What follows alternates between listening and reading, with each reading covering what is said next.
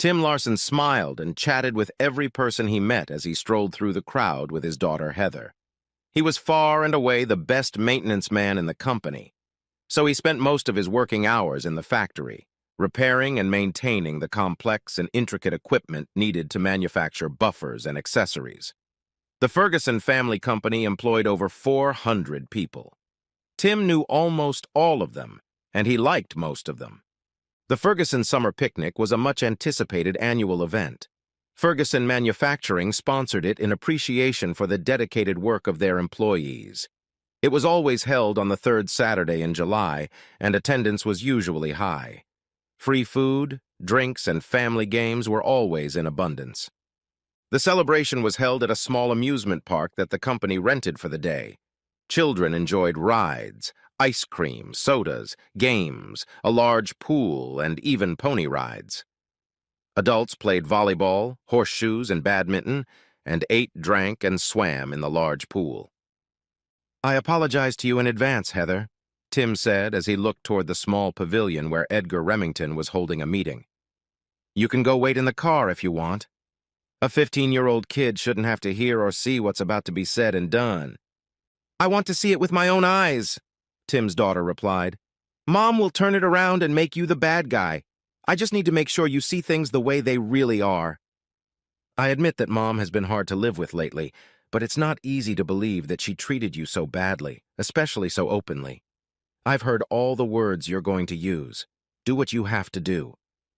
Tim nodded grimly, heading toward the pavilion. Heather separated from him and began to make her way to the rear of her mother. Edgar Remington was in the center of the pavilion. He gave a bombastic speech about increasing production and reducing costs. Tim made his way through the crowd and approached his wife. She was sitting next to Edgar and seemed to follow his every word. Tim noticed Mrs. Agnes Ferguson sitting off to the side, sipping a soft drink and watching. Her husband's father had founded the company 50 years ago. Her husband, William, had taken over the company 20 years ago, and during his leadership had nearly doubled production as well as the profitability of the company. Sadly, William Ferguson suffered a massive heart attack and died the previous winter at the age of 56. At the suggestion of his lawyers and business consultants, Agnes Ferguson appointed Edgar Remington as the company's chief operating officer. He had been a vice president at a Fortune 500 company and received excellent references. Tim began his career with Ferguson Buffers around the time William Ferguson took over the reins of the business from his father. When Tim started his career after only 2 weeks of high school graduation, over the years he had developed a great relationship with William Bill Ferguson and really missed Bill's steady hand at the helm. Tim nodded to Mrs. Ferguson before walking over to his wife, Mandy, and saying quietly, "Would you join me on the picnic for a bit? We could have a drink and play volleyball." "Larson, we're talking business here. Why don't you go have a beer and throw horseshoes with your friends from the floor?" Remington snapped back. Floor was the term used to describe the part of the company where the actual production work was done. People worked either in the office or on the floor. Those who worked in the office often treated those who worked on the floor as inferior employees. "We are not at work. This is a picnic, and I'm going to talk to my wife without your interference," Tim replied calmly, fighting himself not to respond more sharply. "I said we're doing business here," Remington repeated. "Tim, why don't you go play some of the games with your friends?" Mandy suggested, concerned that her husband was about to clash with their boss. "Edgar is discussing some business proposals that I'd like to hear." "Business proposals that don't include service personnel," Remington added with a harsh laugh. "You won't understand the theory behind my ideas." "Won't you come with me, Mandy?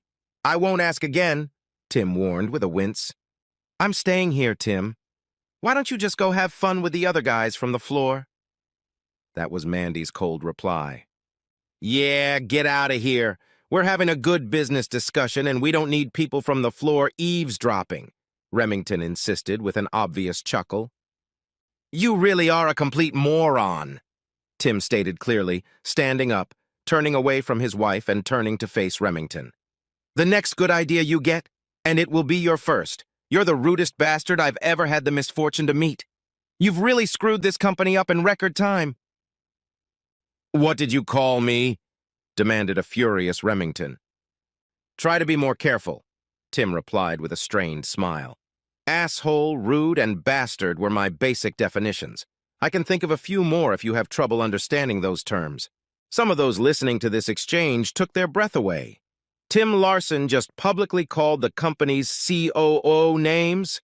You must be drunk," Remington objected, sensing that Tim Larson was in no mood to accept his crude authority. "I'll forgive you this time out of respect for Mandy, but you'd better leave before I change my mind." "I haven't had a drink yet tonight," Tim replied softly. "Now that that excuse is gone, why don't you change your wish and go with option number 2? "Do you want to get fired and kicked out of here?" Remington replied. "I can do that." "Actually, you can't," Tim objected. "Not if you don't want to and can't do it yourself. There's no security at this event, so you're on your own, you cowardly asshole. I'm sure everyone here would love to see you try to throw me out." "Tim, I'm coming with you." Mandy burst into the fray in a panic. "Please excuse Tim, Edgar. He hasn't been in a good mood lately. I think it's stress." "Stress from finding out he has to make half the payments on your new house?" Remington was teasing. "He'll have to work overtime and give up playing with his buddies to pay his share." I can understand how this situation would stress Timmy out. "The only stress I'm under at the moment is keeping my temper in check," Tim replied, giving Remington a glare. "I have an almost uncontrollable urge to beat the crap out of you, Remington." As he spoke, Tim clenched his hands into fists and took a step toward the company's COO. "How about you, Edgar? Feeling froggy?" "You're fired, Larson," announced the retreating COO before slamming the back of his knees into a chair and falling on his ass. "What's the matter with you?" demanded Tim's wife, rushing to help Remington to his feet. "Don't bother coming home until you're ready to apologize to both Edgar and me." "That's fair enough," Tim replied, looking around the crowd of spectators and nodded to a young man in Bermuda shorts and a New England Patriots t-shirt. Tim Larson turned away from his wife and Remington. As he started walking toward the parking lot, he heard the young man ask Mandy if she was Amanda Larson. Tim did not hear Mandy's response, but the young man's statement, "You have been served," again elicited a sigh from the many viewers watching the destruction of his marriage. When Tim reached his truck, he started looking for his keys. As he pulled them out of his pocket, Heather called out to him. "Dad, I have to stay with Mom. It sounds like you were ready for anything. Did you ask one of your friends to bring your pickup truck so you wouldn't have to drive home with Mom?" "Actually, I did," Tim admitted. "Your mother had gotten my attention with her plan to buy a new house and make me pay half the mortgage on it. I suspected Remington was behind the idea. Now he's pretty much confirmed it. She is not the woman I married years ago, and certainly not the woman I would marry today. Nothing I do is good enough for her. She is pushing me to either work more overtime or find a better job. I make enough money, especially considering your mom's income. I'm not going to spend the best years of my life submitting to an asshole like Remington or a bitch like your mother." "It sounds like you've made up your mind," Heather said, then added with her usual candor. "For what it's worth, I understand. Remington has no respect for you, and neither does Mom. You don't need that shit." "Thanks for your support, Heather. I have a place to live, and next week I'll be starting my new job. I'll tell you all about it when the dust settles," Tim promised. "Your mom will probably need your emotional support over the next few days." "You're entitled to that," Heather agreed. Connie Dawson and Margie Olson tried to reassure her. "I'd better go back and give her a shoulder to cry on. It was hard to watch today, but I'm glad I was there and saw how Mom and that jerk treated you. She won't be able to tell you any differently about it, at least not to me." "You were going to beat up Remington?" He was really scared. "I'd recognize a fifth point of view on that one," Tim replied with a smirk, climbing into his pickup truck. "Thankfully, it didn't come to that. Take care of your mom, honey." Mandy spent the half hour after the divorce papers were served crying in the ladies' room. Heather stayed close by, but didn't show the sympathy that her mother felt this tense situation required. As Heather walked with her to the parking lot, Mandy tried desperately to smile at every person she met, even though she was sure many of them were enjoying her misery. "What a stunt your father pulled today," Mandy spat out once she and Heather were safely on the highway. "He's going to get fired. You know that, right? He'll be looking for a house and a job, all because of his stupid pride. The funny thing is, he'd be making better money if he had real pride. Instead, he golfs and fishes. He goes to all my softball and basketball games. He attends all the school events I participate in. All of my friends think he is the best dad in the world," was Heather's immediate response. "Why did you leave us to go listen to this airbag brag about how smart he is? He's my boss and wanted to discuss some ideas with people in the office. I'm in charge of marketing, so I was expected to attend his impromptu meeting. It was pretty interesting until your dad ruined it." "It was a company picnic. Even I know not to do business at a company picnic." Mr. Remington was taking advantage of the time of employees who came to relax and have a good time. "It sounds like you've been listening to your father a lot," Mandy complained. "You're too young to understand finance. People have to work hard to succeed. Your father isn't really a hard worker. He likes to go with the flow, taking the easiest path, having a good time, and not worrying about tomorrow." "That's pretty much what that Remington guy told Dad. You seem to share his opinion." "Coincidence, isn't it?" Heather asked sarcastically. "It really isn't. Everyone in the office knows that your father refuses to work overtime all the time. He could bring home a lot more money. His family could live in a bigger, nicer house, with a pool." "How did Mr. Remington hear about your idea for Dad to take on half of the mortgage payment for the new house?" Heather asked. Mandy looked at her daughter before answering. "We may have discussed it at some point. I don't remember exactly, but I think about it often, so I may have asked him to speak up. Mr. Remington is a financial expert. Why doesn't he have the sense not to release personal information in public? He had absolutely no respect for Dad today," Heather insisted. "Maybe your dad didn't do anything to earn his respect," Mandy immediately replied. "Mr. Remington is a responsible man and doesn't respect anyone who slacks off." But he seemed to earn his father's respect when he started coming at him with clenched fists. He backed away so quickly that he fell back in his chair. That was ridiculous. "It wasn't funny. Your father was out of control and Mr. Remington was trying to prevent an ugly scene, as a man in his position should," Mandy defended her boss. "If he didn't want an ugly scene, he shouldn't have annoyed his father the way he did," Heather pointed out. "He was trying to humiliate your husband, and you went along with it. I'm proud of Dad for standing up to him. Your boss was close to getting his ass kicked today." "Maybe.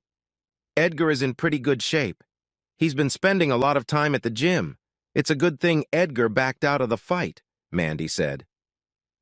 "Why did they serve me divorce papers in such a way as to humiliate me as much as possible? Your father planned the whole thing. It takes time to draw up the papers and find someone to serve them," Mandy reasoned. "That's true," her daughter agreed. "Dad had to think about it for a long time to find a place to live and a new job. It must have taken some time." "Your father found a new job and already found a new place to live?" Heather's mother marveled. "He might be serious about getting a divorce." "You think so?" Heather said ironically. "I doubt he'll come back. He hates Remington and doesn't seem to like you very much." "He's pissed because I wanted to build a bigger house for our family and expected him to pay his share. That's childish as hell, not to mention irresponsible." "I'm not trying to defend my dad, but did he even want a bigger house?" Heather asked. "He's always been happy with where we live. I like that we live close to school and shopping. You decided we should move to a bigger house and Dad would have to spend most of his earnings to pay his share. What makes you think he would agree to that?" "You're really naive about finances and relationships," her worried mother replied. "We are looked up to in society, at least I am. It is important that we look successful. Just because I earn twice as much as your father doesn't mean I have to pay for everything while he plays golf and goes fishing." "Why is that, Mom?" "Why?" Heather's mom repeated in bewilderment. "You're kidding, right? Daddy never complains about the things you buy. I've been shopping with you, so I know how much you can spend in a day. I'm just wondering why you think Daddy shouldn't feel free to do what he likes." "Maybe because I pay for everything," Mandy exclaimed. I have a lot of friends with moms who don't work at all. They store, get massages, and even play golf without making a dime. Is that fair? Of course it is! They gave up their careers to raise a family for their husbands, Mandy reasoned. Husbands have a responsibility to keep their wives comfortable. Heather had long ago learned that her mother couldn't be pushed into something she strongly resisted, but she could be gently steered. Ideas had to be given time and nurtured slowly. Heather had planted the seeds, and now you had to wait to see if they would fall on the rocks or blossom. Is Remington your boyfriend? Heather asked suddenly. You two seem very comfortable with each other. What? Of course not. Edgar is a real bachelor. He dates all sorts of beautiful women. He's not interested in me. It sounds as if you are interested in him, Heather said. I just hope you don't start dating him too soon. It'll look like you had an affair with him while you were married to Dad. I have no romantic interest in Edgar or any other man, Mandy replied. I'm not going to be seeing anyone for a long time. That's assuming that your father and I do get divorced. It's quite possible that he'll come to his senses and apologize. Maybe he'll even beg me to forgive him. Heather looked at her mother as if she had two heads. What planet do you live on? You and Remington are clearly interested in each other, and Dad will never apologize. He didn't do anything wrong. Humiliating me in public is bloody wrong, in my opinion, Mandy snapped at him. I don't see how you can defend him. All this drama must be embarrassing for you, too. Yeah, that's right. Especially the part where you turned down your father's offer to go enjoy the festivities in order to stay and listen to Remington's ramblings. That was really embarrassing. Mandy turned into her driveway and noticed that Tim's garage door was open. He never had room in his garage for his pickup truck. It was always cluttered with tools and numerous toys. He kept his golf bag, 2 kayaks, camping and fishing gear, and lawnmower on his side of the garage, much to Mandy's dismay. The lawnmower and a few gardening tools were all that was left in the garage on Tim's side. It was even cleanly swept. Mother and daughter stopped to survey the scene. Tim's departure was now manifesting itself in the most obvious way.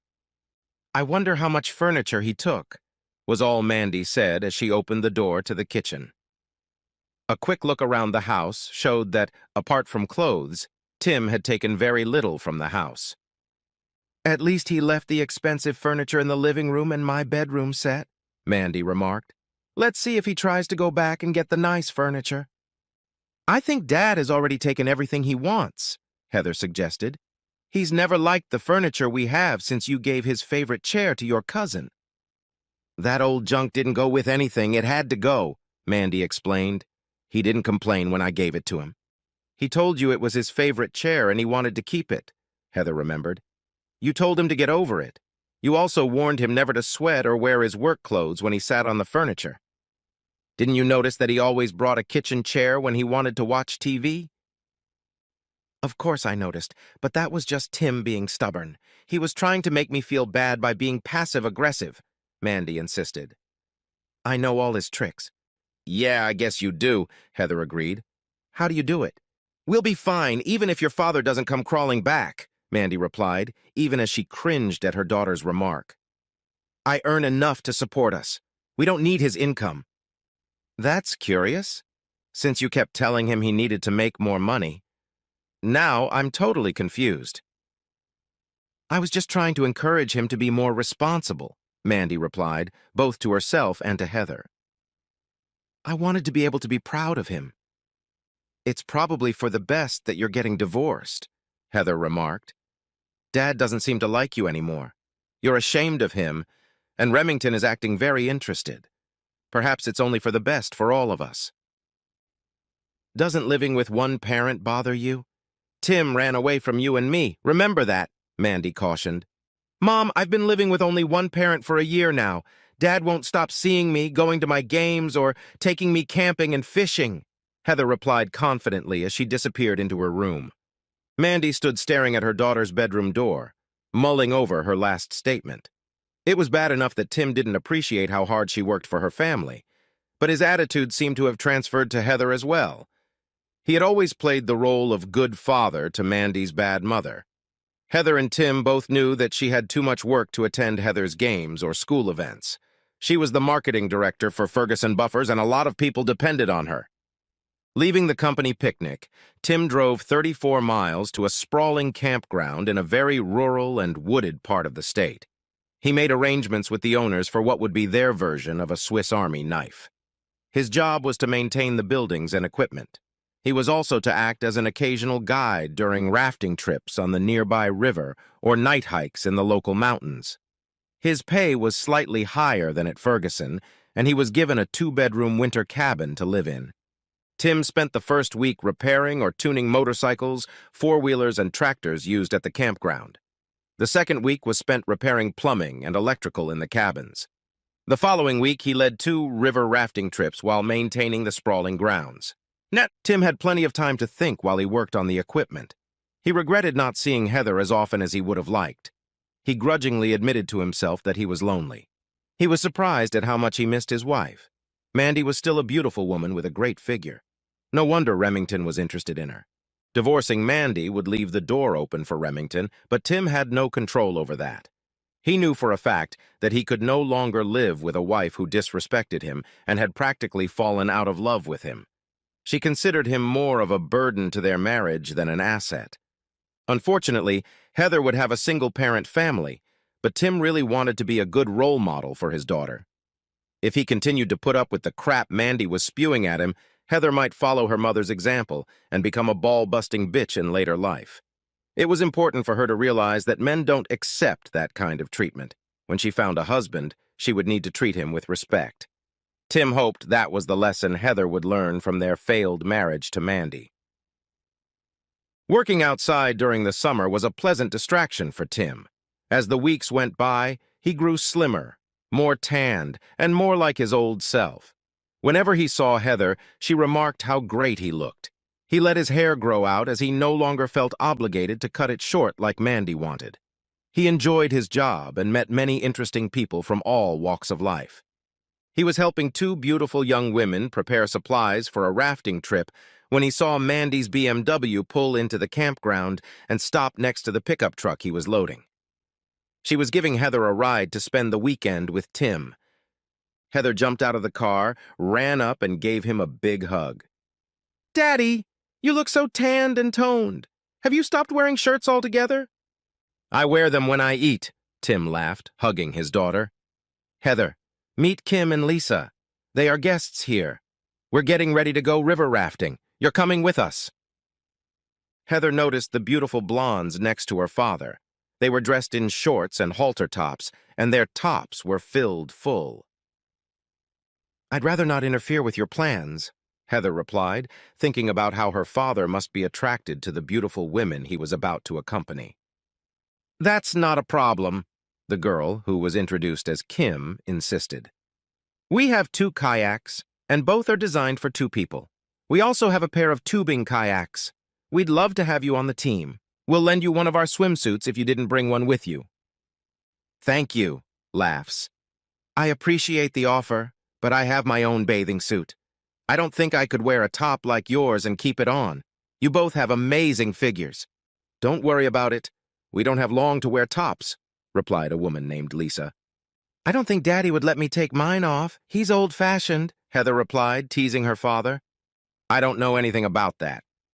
He didn't seem to mind at all when we took our tops off on the trip yesterday." "Did we upset you, Tim?" Lisa asked with a sly grin. "Not in the slightest. But Heather will have all her important body parts under control when she swims with us. She's only 15 and too young for that sort of thing," Tim replied with a smirk and winked at Lisa. "So you won't mind when I turn 18? Heather mocked him. "You'll be making most of your own decisions by then. So I'd say if you're safe and your pictures aren't all over the internet, it's up to you," Tim replied seriously. "Her mother would have something to say about that," Mandy declared, stepping in front of Tim. "I really don't think she should go sailing with those 2 if they're going to be there naked. In fact, you shouldn't either." "You must be the wife who decided to switch husbands," Kim interrupted her. "Tim is an impeccable gentleman, not to mention he has beautiful eyes. But we'll leave our tops on if it makes you feel better." Mandy listened to Kim but kept her eyes on Tim. He really did look great. His long hair gave him a boyish charm, and his tanned shoulders and chest were clear evidence that he was a man. Had he really changed that much, or had he always been so attractive? Both women nodded to each other and then moved to either side of Tim and pressed their gorgeous breasts against his arms. This action made even more of their breasts bulge upwards above their flimsy tops. "We'll take care of your husband and daughter," Kim promised her, pretending not to notice Mandy's stare. "You must be in a hurry. You probably have some important work to discuss with your suave boss." Mandy flashed back to when she realized that Tim had told the women about Edgar, and it was safe to say that he had made their relationship look less than professional.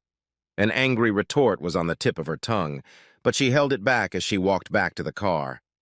As she drove to the Ferguson Buffer's office, Mandy pondered her situation.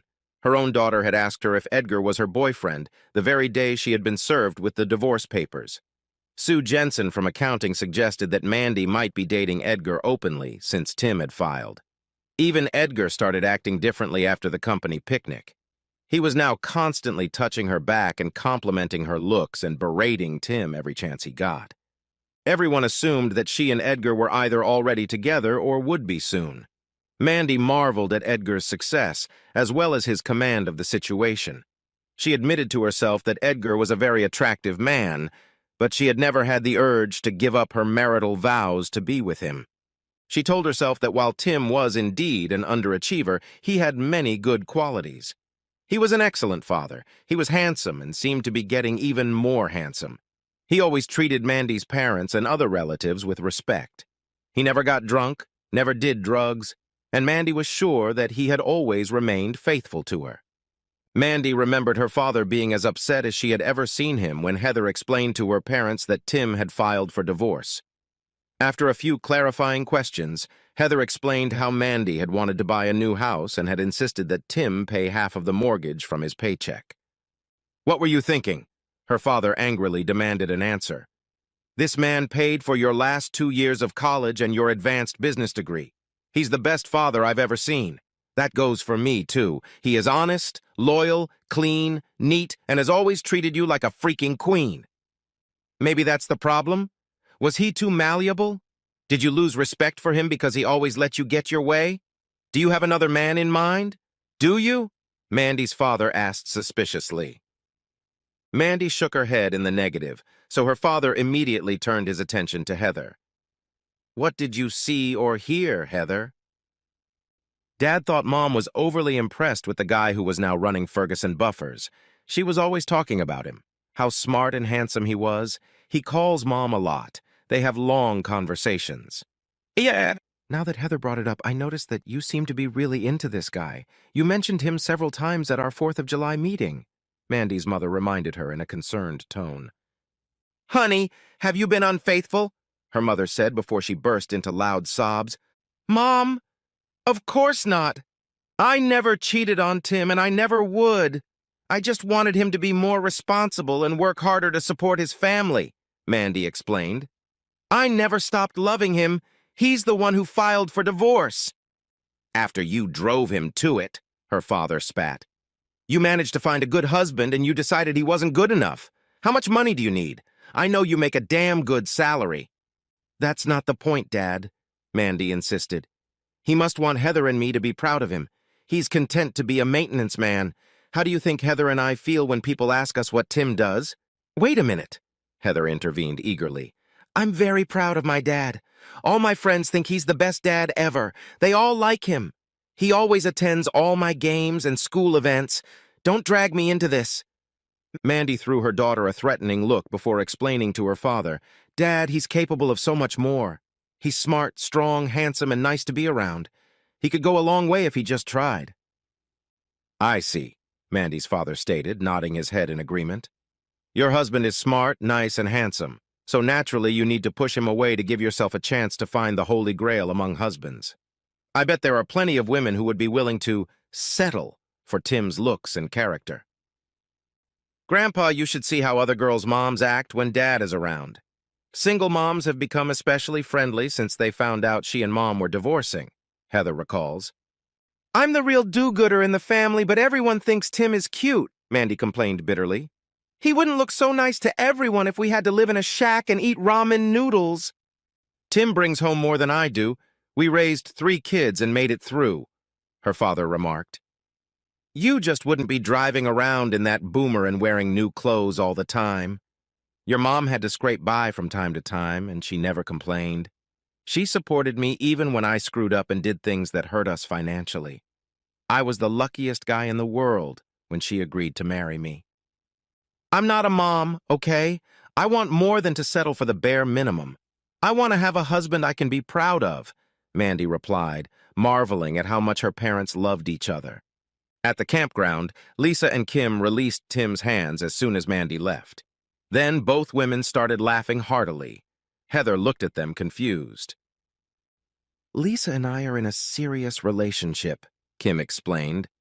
We didn't go sailing with your father yesterday, and he's never laid eyes on our girls unless he was peeking through our window last night. You really made your mom retort, Heather stated with a chuckle.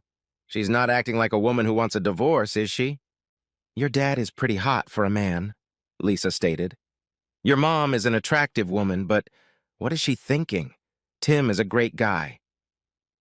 When Mandy arrived at Ferguson Buffers for Saturday's meeting, she was surprised to see only one car parked in the parking lot. It was Edgar's car. Where is everyone? Mandy asked as she entered the meeting room. I canceled the meeting. I notified the others last night. I thought it would be a great time for us to get to know each other a little better. Edgar, this isn't the time or place for personal business, replied an irritated Mandy.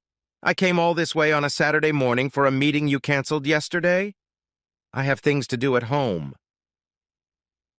You said your daughter was spending the weekend with her deadbeat dad, and I thought it was the perfect time for us to get together, Remington reasoned, placing his hand on Mandy's back and continuing to gently rub her shoulders. I have us booked for a conference in Chicago in 2 weeks, Remington continued. I thought we could save the company money by renting just one room. The conference would be Saturday morning, but we could leave Friday afternoon and return Monday morning. That would give us a romantic work weekend. Edgar, this is all so sudden. I need time to think it over, Mandy replied, struggling to think of an appropriate response. Of course you do, Remington murmured. You think it over, but plan to spend this weekend with me in Chicago. You'll love it. I know how to show a lady what a good time is, if you know what I mean. Mandy was almost in tears as she drove home. Her life was falling apart. Tim felt betrayed and disrespected, so he was divorcing her. Heather took the divorce too lightly. She hinted that she had only had one parent for a while, meaning Mandy was not a very good mother. Her parents were resentful of her attitude toward Tim. Everyone thought Tim was a good guy and a great husband. Edgar had just announced his intentions to sleep with her during a business trip scheduled in 2 weeks. Turns out Tim was right about him. He'd told her to keep Remington at a distance because he wanted to get in her panties. And Tim was having a lot of fun. He accompanied 2 incredibly sexy women on a river rafting trip where they took off their tops and displayed their big breasts in front of him. He could even sleep with both of them, and maybe even at the same time. Just the thought made Mandy sick to her stomach. If Tim could get over her so quickly, why couldn't she enjoy an affair with Edgar in Chicago? He was handsome and very successful. He was exactly the kind of man Mandy had envisioned as a husband. Then Mandy began to worry about what Heather would think when she found out her mother was involved with Remington, especially after all her denials. Things have gotten more complicated since Tim decided he'd rather get a divorce than be married to Mandy and live on her terms. Why couldn't he just make more money and support his family better? As the thought crossed her mind, Mandy remembered Heather questioning her about why she wanted Tim to work so hard when she made enough money to support her family. Mandy's own father had said that Tim was a good husband and the best father in the world. She didn't realize how highly Tim was regarded by her family. They didn't seem to care that he worked for the same company where she was the marketing director. Why couldn't they realize how awkward it all was? Tim brought Heather home on Sunday night. She walked through the door smiling and clearly pleased with her weekend. Seeing her daughter so happy made Mandy depressed again. Why does a daughter who adores her father upset her so much? Shouldn't Mandy be happy about their relationship? Is your father in too much of a hurry to get back to his big-breasted girlfriends to stop by for a few minutes? It wouldn't hurt if he talked to me once in a while, Mandy complained. We do have a daughter in common, don't we? Heather sensed her mother's mood and decided to hold her unhappy. Maybe she would start to realize how handsome Tim really was. Dad was really very impressed with Lisa and Kim. I know he didn't sleep with them last night because my bedroom door was open and I would have heard him leaving and coming back. He wouldn't dare bring them into the cabin while I was there. He knows how noisy you made love. I doubt that Kim and Lisa are the quiet and peaceful ones in bed. I didn't make any noises that could be heard, Mandy replied indignantly. Not in the last year or so, but when I was younger, you used to wail and moan quite loudly, Heather recalled. I didn't mind it. I thought it was really great that my mom and dad loved each other so much. Well, I'm sorry if we disturbed you, Mandy apologized. I didn't realize you could hear me. Mom, I didn't mind at all, really. Sarah was staying over one night and she heard you squealing. She thought it was great that my parents loved each other so much. Her parents are divorced. Lisa and Kim were a lot of fun. I really liked them. They treated me like a little sister and we really bonded, Heather admitted with a smile. Speaking of getting things off, did they at least keep their tops on? Mandy inquired. It's a pretty isolated section of the river, so no one saw them topless. They were covered when we docked, Heather replied, choosing her words carefully to make it seem like two beautiful women were topless in front of Tim. Over the next work week, the situation became even more confusing for Mandy. On Monday afternoon, one of the most profitable and productive machines on the floor stopped working properly. It was working, but the quality of the product it was producing was far below what was required. Agnes Ferguson never failed to attend the Wednesday afternoon management meeting. She turned over the day-to-day operations to Remington, but had too much business acumen to ignore the family business. She kept a close eye on the company's production and profits. After the maintenance supervisor made his report, Agnes began asking pointed questions. Why is it taking so long to get number 27 back in service, Steve? It's one of our most productive and profitable machines. I don't remember us ever having this kind of problem before. It's hard for us to pinpoint exactly what the problem is. The machine is running, but the quality of the output is not up to standard. 2 people have been working on it since Monday, the man replied. Is this something new? Something that has never happened before? Agnes asked, continuing her original question. Not exactly. It's one of our older machines, and it's known to do this once or twice a year, replied the service technician. I think I missed something in your explanation, Steve. Unless this is a completely unheard-of problem, why is it taking so long to fix it this time? Well, the situation has changed and the guys are having a hard time figuring out why the machine isn't working properly, Steve snarkily said. What exactly has changed that prevented this machine from being back in working order before, if you don't mind my asking? The impatient owner asked. Well, we don't have Tim Larson anymore. He knew this machine by heart. He'd spend an hour or two adjusting it, and it would run like new for months, Steve admitted with some reluctance. I see, was all Agnes said, looking at each person in the room. I noticed that this year the management gave themselves several bonuses for improved production and profits. Did any of the employees on the floor receive any bonuses? After all, they are the ones who actually produce something. We have employee appreciation days when we meet or exceed our goals each month, Remington replied. Pizza or even a barbecue is delivered to the lunchroom. The employees really appreciate the gesture. Those in maintenance and production get a slice of pizza or ribs for meeting or exceeding company goals. Does management get generous checks? Agnes asked him rhetorically. Mandy, did Tim ever talk about how he appreciated the bonus pizza? Agnes asked softly. You know Tim. He made it another reason he didn't want to take overtime. He complained that he was getting a slice of pizza while the office was getting bonuses. He said it was an incentive for him not to work overtime, Mandy told us. That's exactly why he doesn't work here anymore, Remington was quick to point out. Ferguson Buffers does not need or want poorly performing employees. Mr. Remington, Tim Larson was exactly the kind of employee this company needed and wanted. He was dependable and very capable. My husband often told me that Tim managed to get more done in an 8-hour shift than any other person he had ever hired. Underestimating Tim Larson's value to the company was a serious mistake. He was probably the most valuable employee we had. Mandy couldn't help but be surprised and amazed at how highly Agnes Ferguson valued Tim. Apparently, Bill Ferguson loved Tim more than Mandy could imagine. Had Tim somehow deceived her parents, the Fergusons, Heather, and most of the Ferguson Buffer's employees? The only possible explanation pointed to the fact that it was Mandy who was the very stupid woman. "Could you ask Tim to call me, Mandy?" Agnes Ferguson asked gently. "He must have changed his number. I can't get through to him." "Of course, Mrs. Ferguson," replied a surprised Mandy. "He has a new phone, but my daughter has his number. I'll ask her to ask him to call you." "Thank you, my dear," Agnes Ferguson replied kindly and looked at Edgar Remington. "I am sorry for your marital failings. I'm afraid our company may have contributed to the situation." "Not at all, Mrs. Ferguson. All our problems are Tim and I alone," Mandy assured her, pondering what Agnes Ferguson was implying. Tim was surprised when Heather told him that Mrs. Ferguson wanted him to call her, but he immediately dialed her number. He had a lot of respect for Agnes and her late husband, Bill. "Thanks for calling, Tim. I hope you like your new job. Remington tried to throw a wrench in your retirement papers, but everything was filled out, signed and turned into HR before your run-in at our picnic," Agnes reported. "That was a good idea on your part.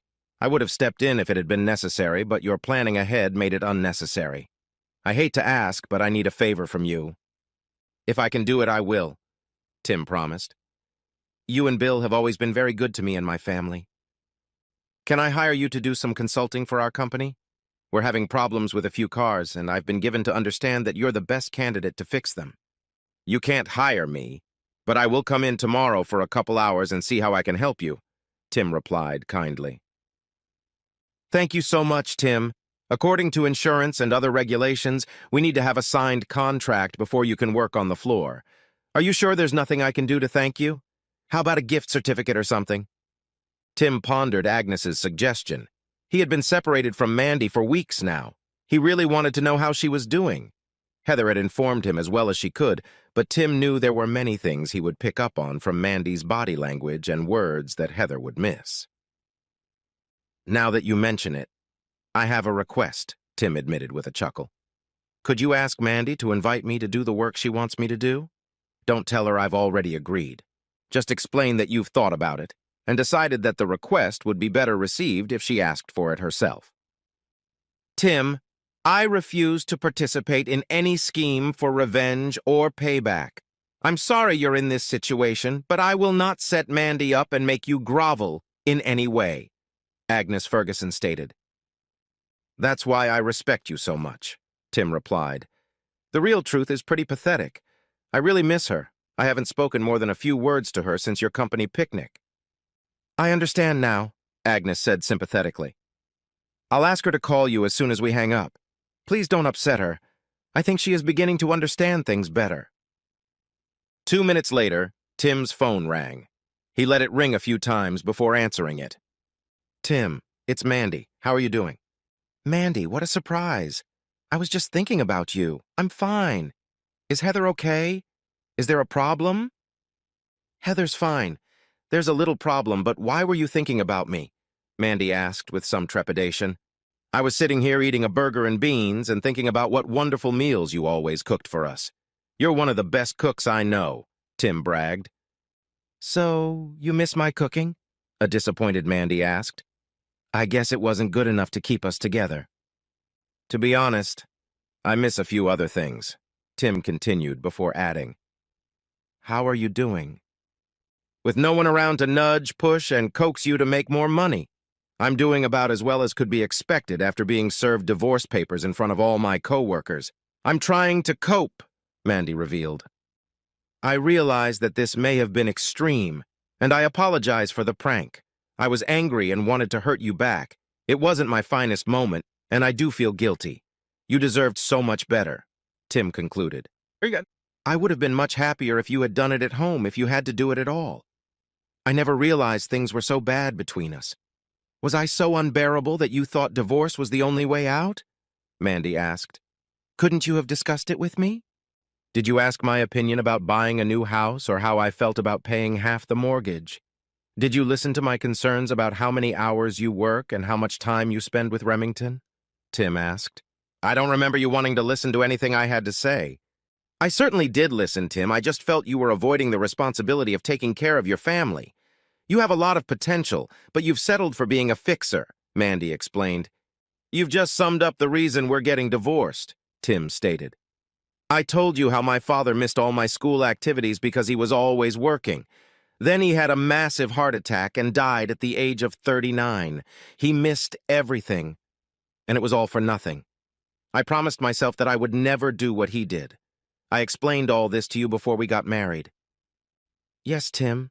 I thought I understood, but I guess I don't. I'm trying to gauge your feelings about it.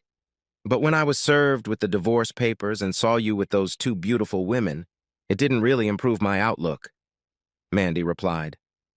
Welcome to my world, Tim replied a little sarcastically. All you've talked about is how wonderful Edgar Remington is since he joined the company. Then you announced that we were getting a bigger house and my salary would pay half of the new mortgage. You didn't even ask my opinion on something as important as buying a house and moving, but you obviously asked Remington's opinion. I will not tolerate that kind of treatment from my wife, much less that asshole Remington. I worked for Ferguson, but they didn't own me. That asshole had no reason to think he could give me orders on his own time. I never tried to tell you that the money I made while you went to college was mine. For some reason, you have the belief that the money you make is yours. The money I make is ours, and I didn't make enough for us. This is a very fundamental difference in our views. I am proud of your accomplishments. I've always been proud of you, but I've never felt that we were in competition. I've always felt that our income is our income, belonging to both of us. You enjoy your work, and that's fine. I enjoy my free time, especially the time I spend with Heather. I used to enjoy the time with you, but that has pretty much dried up. I admit that Edgar went overboard at the party. Mandy reluctantly agreed. I'm beginning to realize that I made a huge mistake when I was considering buying a new house. You've always gone along with what I wanted, so I figured that would be the case this time. Buying a house is not like deciding what color to paint your kitchen, Mandy. I always agreed with you on things that didn't really matter to me, but you kept overreacting. I stopped asking you to take off work and come to Heather's games. I stopped asking you to go fishing or golfing or camping. It became obvious that you were consumed with your career. I decided that if it made you happy and was so important to you, then I shouldn't stand in your way. You didn't give me the same courtesy. You started pestering and complaining about my job and my income. I wished you were more like me, but I realized that wasn't what you wanted and left it at that. You demanded that I be like you and my father by working longer and harder. We were already making very good money. Working harder is not what I want. I'm not going to give up what I think is important in life to please you, especially when you're hardly ever satisfied anyway, Tim added. Wow, Tim, I didn't realize you thought I was so grumpy. I truly believed it was what was best for our family. I never felt any personal attraction to Edgar other than admiration for his leadership skills. You had no reason to think I would ever be unfaithful to you. Did I? Then I badly misread the signs because I thought you were interested in him. Some people at Ferguson asked me how I could even be in the same building as Remington when that dog was sniffing around my wife. I laughed it off and told everyone I had faith in my wife, but somewhere along the way my faith started to fade, Tim admitted. I'll tell you something else, Tim added. Remington is seriously letting Ferguson down. He doesn't plan ahead. He's blowing equipment to the wind for short-term results. Perhaps he plans to leave for a more lucrative job in a few months after he improves his resume.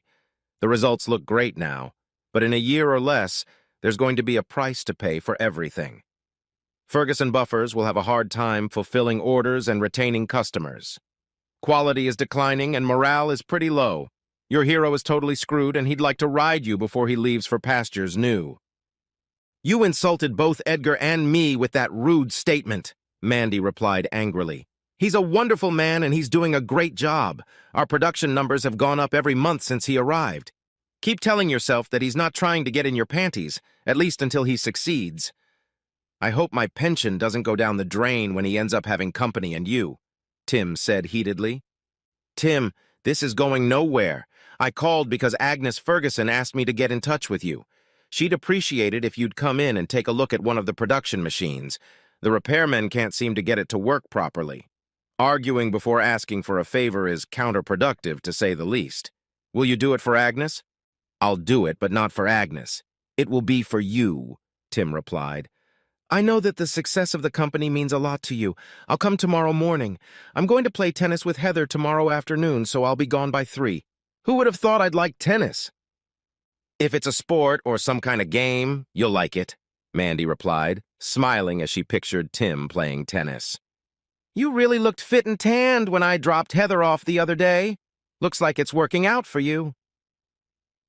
You looked pretty hot yourself, Tim agreed. Did you get a boob job? They look bigger than usual. So did you look?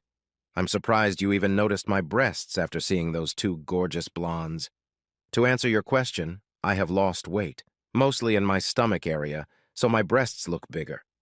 I haven't had much of an appetite lately, Mandy admitted. Don't lose it again, Tim cautioned. You really do look beautiful now. Thanks, Tim.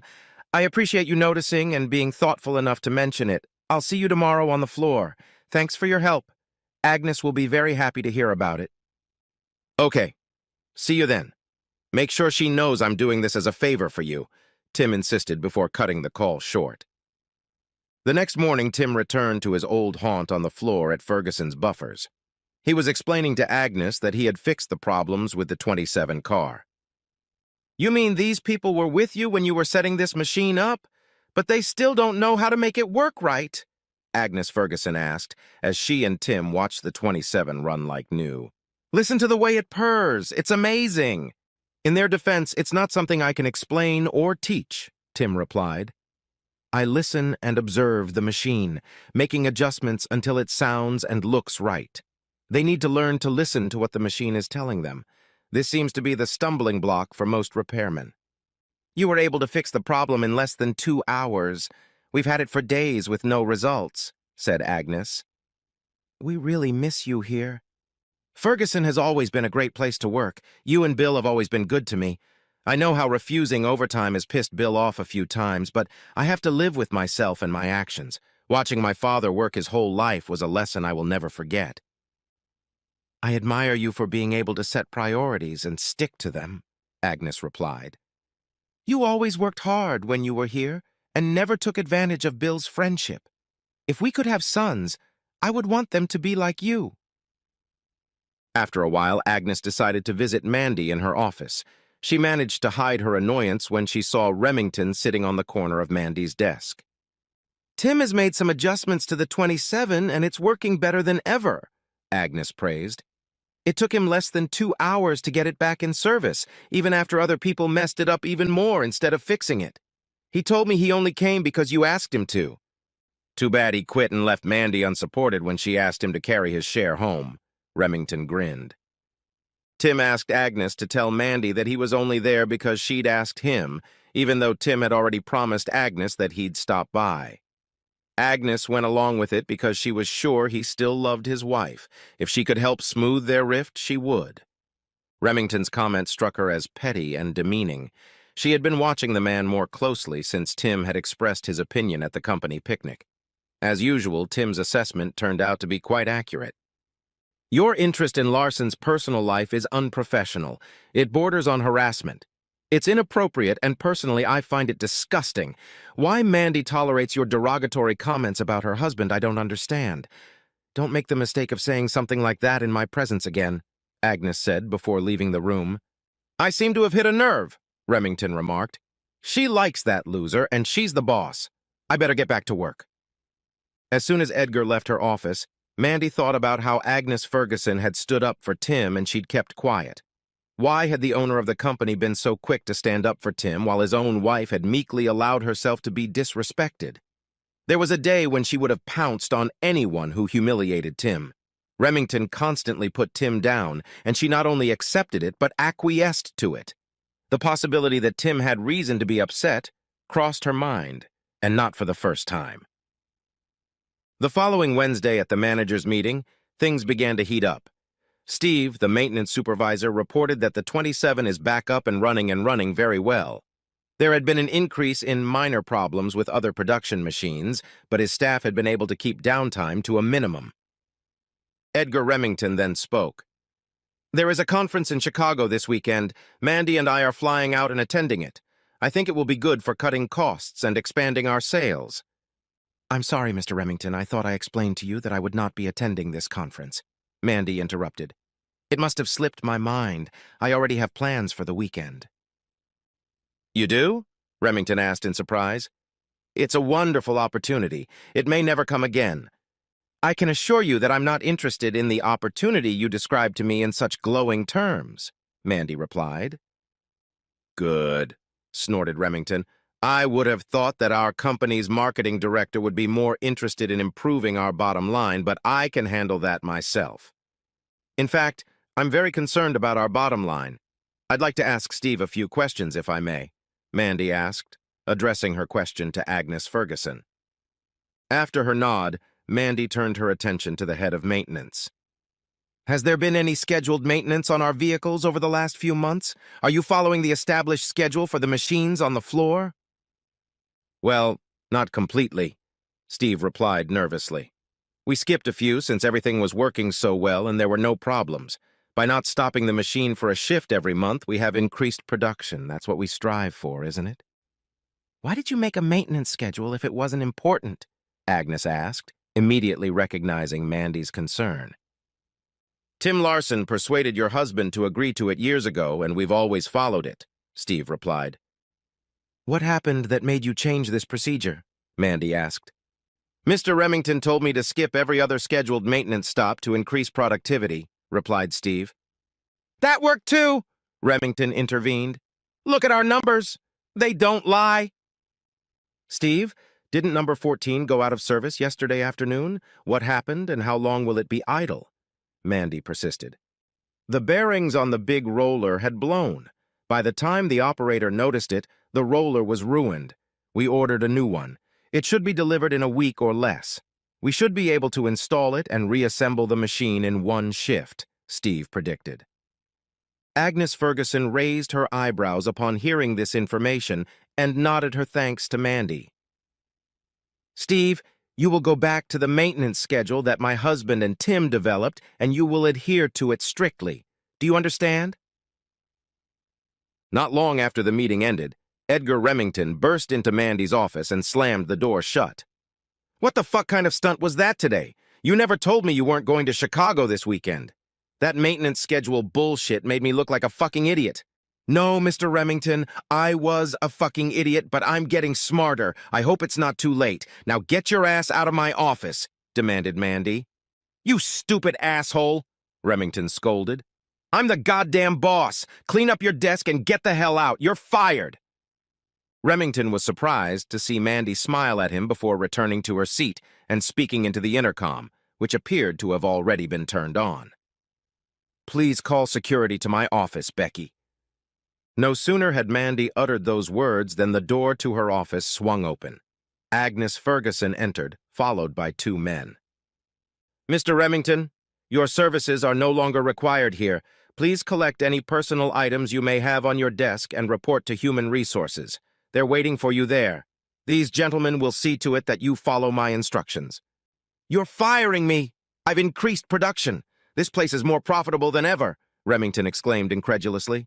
In the short term, you may be right, but you are damaging the morale of the company and sacrificing future production for quick profits.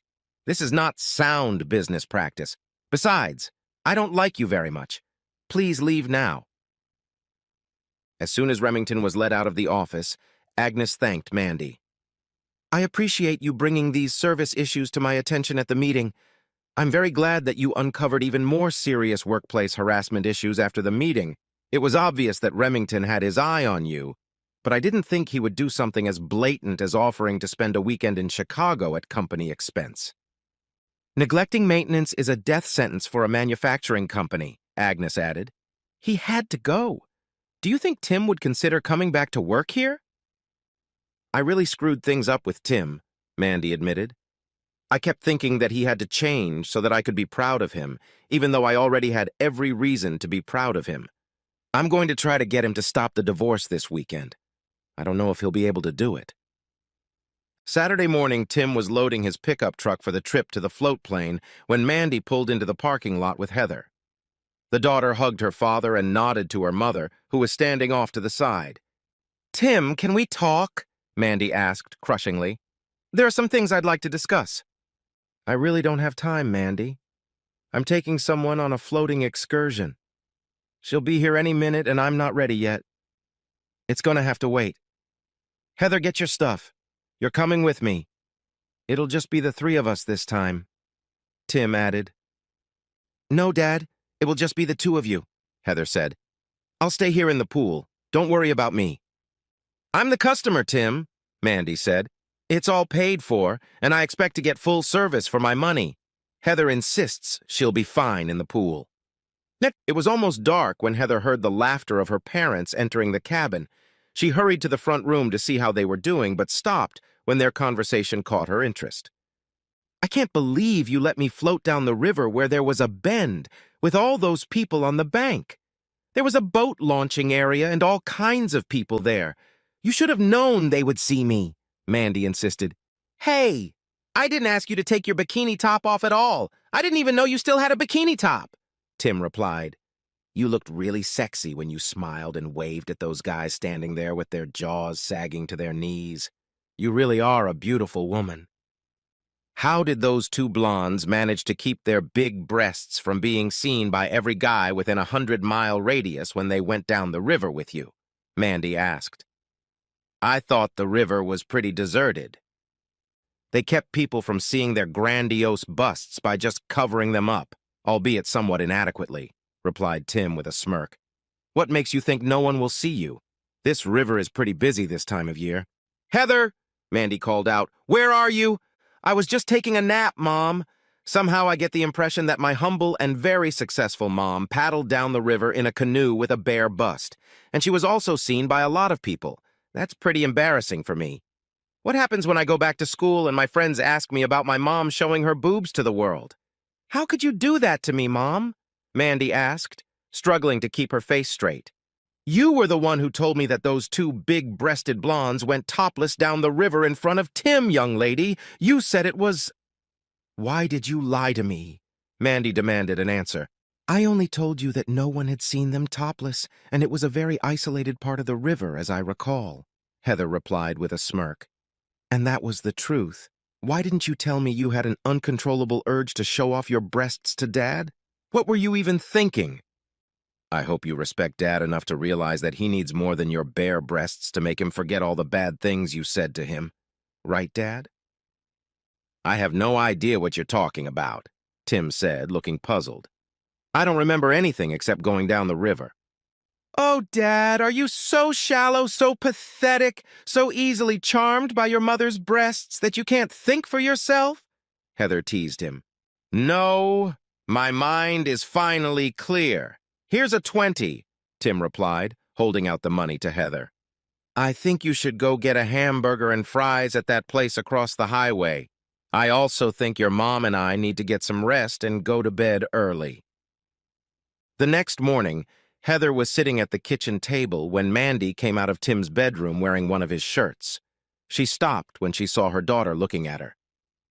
"What?" was all Mandy said. Heather continued to stare until Mandy finally broke down. "Okay, I made a little noise. There's nothing I can do about it. It's your father's fault." "Oh, Mom!"